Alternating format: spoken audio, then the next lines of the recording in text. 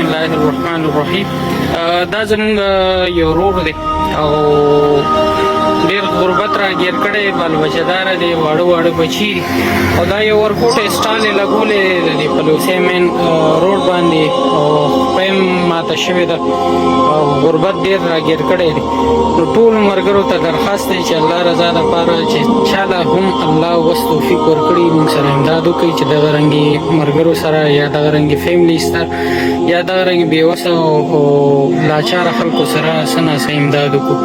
ته څه ویل غواړې چې موږ تا له څه سیسټم برابر کړو؟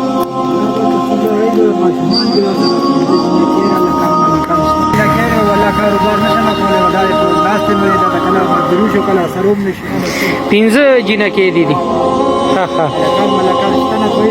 ها